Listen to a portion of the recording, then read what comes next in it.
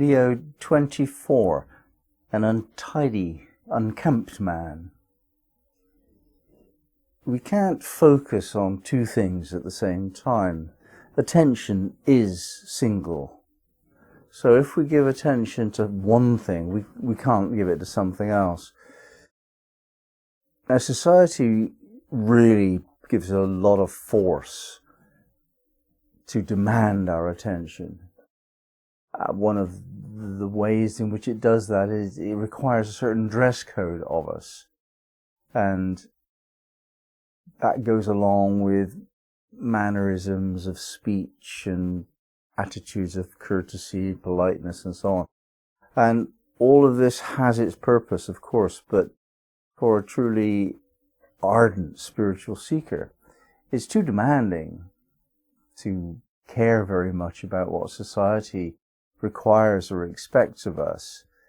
And the untidiness of this man in this image is evidence of his choice not to bother too much with the social constraints that society wants to place upon him, and to give his whole attention to his spiritual purpose.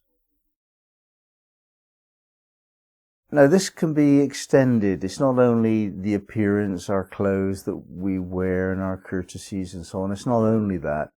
It's the whole thing, the whole fame and fortune thing. Are we going for money and position and security and comfort? Are we going for relationship? Are we going for parenting? What is it that we put at the primary kind of position in our life journey? And there's every reason to do all of these things at different times in our lives. But at some point, it may be the case that we need to prioritize the spiritual work that we're doing. That means first.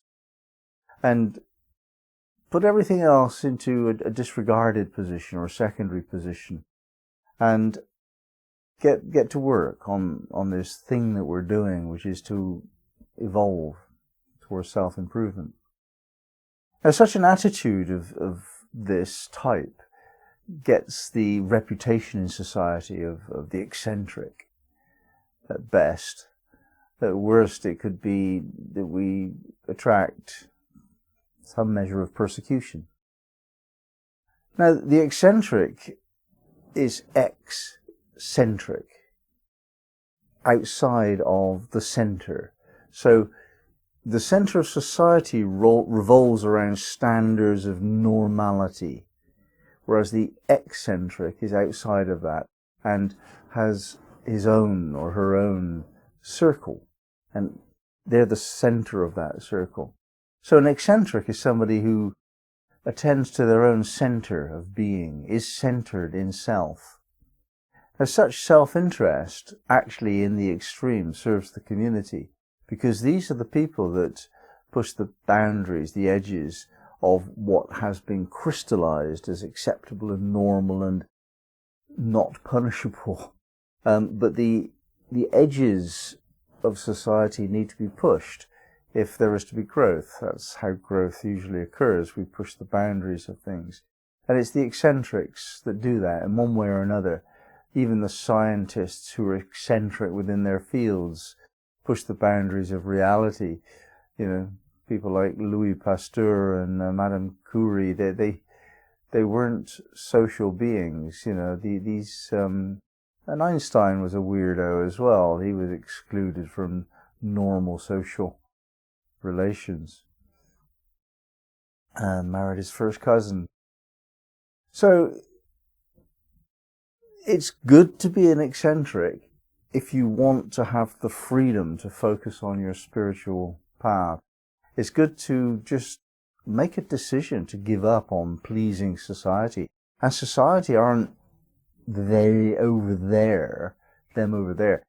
It's also your associates, your friendship circle, the people who are at your club, and to some extent your extended family. They comprise society too. And those are the people that are going to point their finger at you first, saying, oh, you know, you're weird, you don't dress like that, you don't speak like that. you'll get that from your friends and family first. So you have to make a decision that that's okay, that you can put up with that. As my gran used to say, she was a bit of an eccentric. She used to say, well, if people don't know me, I don't care about them. And if people do know me, well, then they know what I'm like. Perfect answer, I think. So this whole process in life of walking to the beat of your own drum, it develops friction with society. And you have to come to terms with that. And that actually forces you either to conform or to develop a greater self-confidence. And this is an important examination, in a sense. Have you the self-confidence to put up with the challenges that you will get? Society will challenge you if you're eccentric. And you need to meet that challenge, and the only way to meet it really is in self-confidence, to bolster your self-confidence. And self-confidence is not significantly different from faith. We cannot go very far in our spiritual examinations unless we bolster our self-confidence by underlining our faith. This is the test here.